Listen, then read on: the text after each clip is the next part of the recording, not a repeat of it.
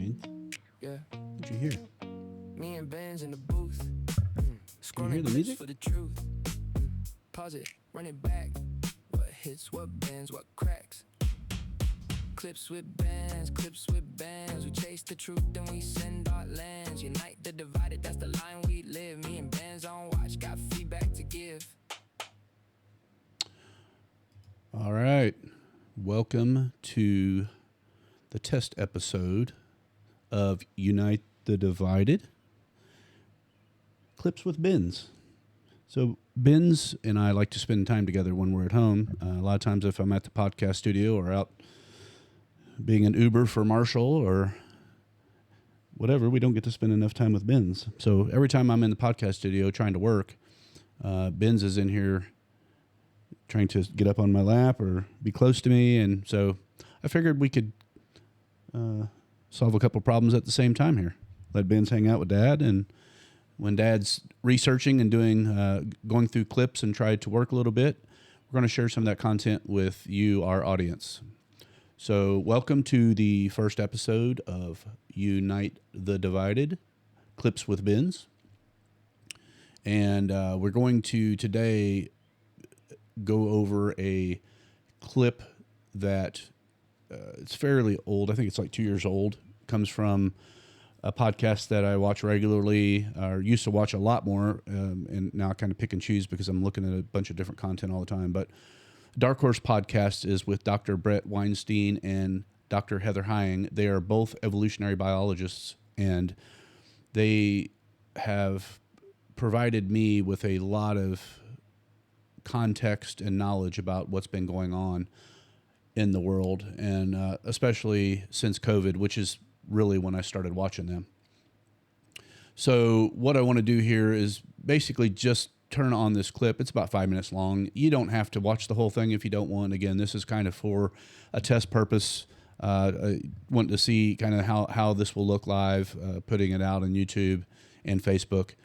And so, again, I'm going to start this clip, and then we will talk about it together, or I'll bring up some clips, some more information, and then we can talk about what was said, try to provide some insights that I have. And, if you don't agree with the insights that are shared on each clip or the insights that I'm sharing, I definitely want to get that feedback. That's the only way that I think, in a search for truth, as close to truth as we can get in our own context of reality, I think watching these videos, sharing how I feel about them, and then getting that immediate feedback from everyone else is about the only way to go.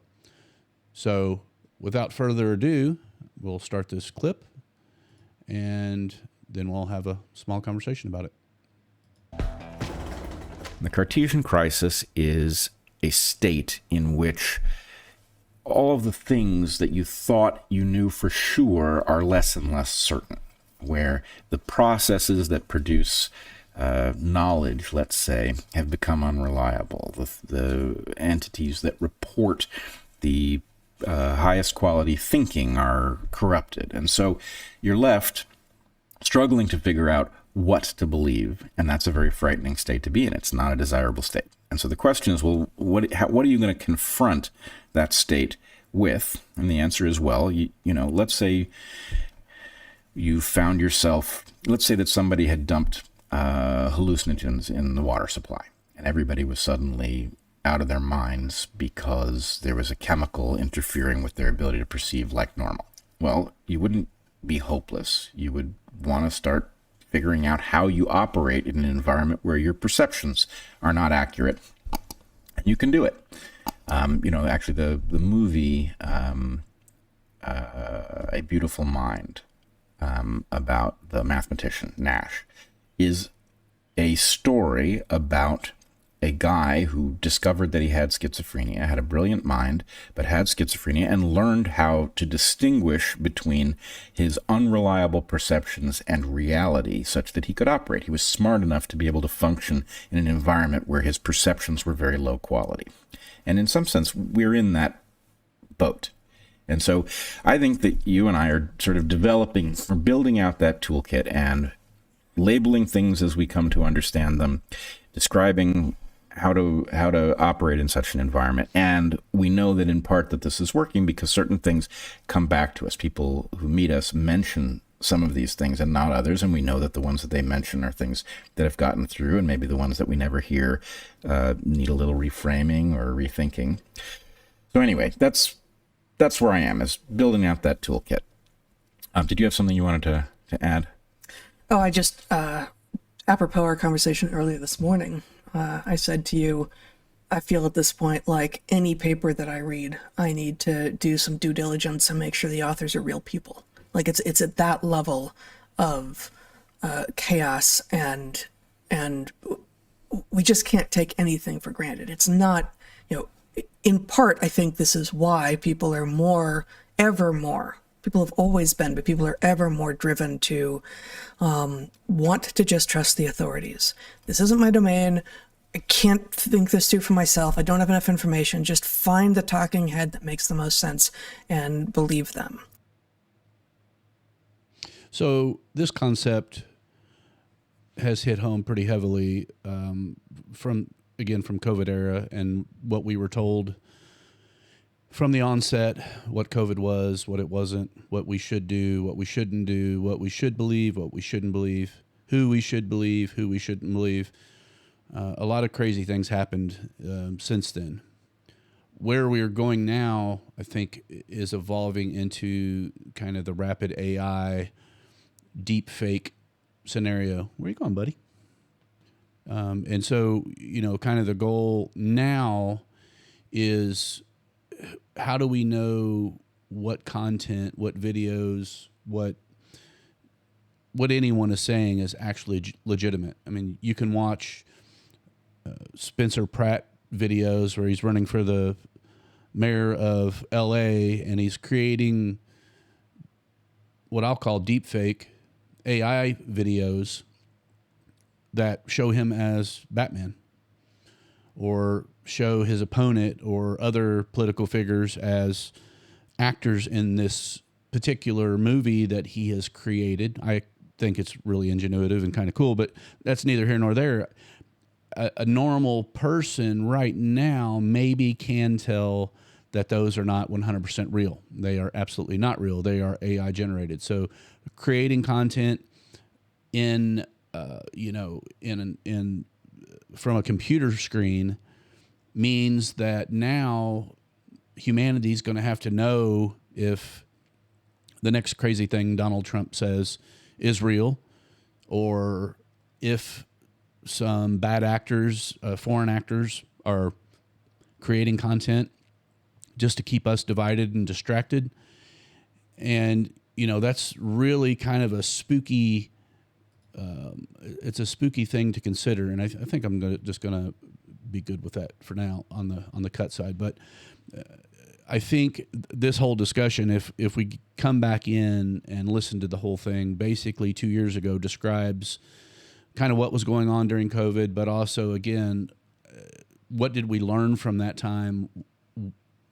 How have we fixed the problems with not knowing what's true? And that's at the heart of the Cartesian Crisis. Like, Cartesian Crisis basically is, there are people that are experts in fields, and we want to be able to trust those people because we as humans with limited bandwidth and time to think about things and have discussions with people, if we were trying to solve all the problems and we didn't know what was going on in any of those realms all at the same time, it creates a very overwhelming, overloaded state of mind.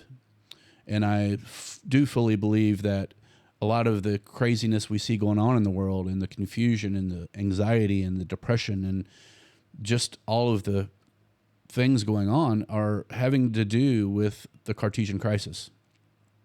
So again, part of this podcast solo thing between me and Benz here is to listen to things like this, to try to acknowledge what they're saying. And then what I've always had a problem with in any content generation is, what do we do with that information? How do we best use it? How do we, as I think Bret said, how do we insert that into our toolkit and make it to where we make better, more informed decisions the next time around. And so I think in COVID, the narrative changed over time. Some people reacted differently than others, and that's fine. And, at the end, though, whenever you became aware of what was actually going on, and maybe stopped taking any whatever series of boosters that you got, you did that for a reason. You did that because you learned something over time. The goal of where we are right now, especially with AI and deepfake, is to get to a point to where we can learn the lesson much faster. And because I think it took us too long as a society to really figure out what was going on with COVID, and the wrong people were being censored, and the wrong people were being propped up, and we basically were forced to listen to a very narrow few. And when that narrative started changing and a different truth became known to more and more people, some people found that it was too late, and that was very overwhelming. So again, that's just kind of the goal of this podcast. I'm going to keep this as short as possible. I don't think you can even see how long it is. It's about 11 minutes. I can't see. So this is an experiment. I may or may not even release it, but I just want to thank you for tuning in. Thanks for all of the support that we have gotten from our friends and from our neighbors who donate to the podcast. This is going to allow me more time to create more content, and also to bring other people into the new podcast studio we have down near Bossy Field. And I invite any of you who want to start tackling issues like this to please reach out to me. If you would like to sponsor or donate to the podcast, I greatly appreciate that. You can reach out to me on whatever platform you're seeing this, or you can email me at chad@unitethedivided.com. That's chad@unitethedivided.com. And so that's what this is going to be about. And just so you know, the theme song was the intro, and it's about me and my buddy Benz here. And I'm going to play the song again as an outro. And as soon as it's done, I'm going to stop the video. So thanks for tuning in. See you next time. Love you all. Yeah. What do you think, Benz? Me and Benz in the booth, scrolling clips for the truth. Pause it, This run song's it about back. you, buddy. What hits, Song's what about you. bends, what cracks. Clips with bands, we chase the truth, then we send our lands. Unite the divided, that's the line we live. Me and Benz on watch, got feedback to give.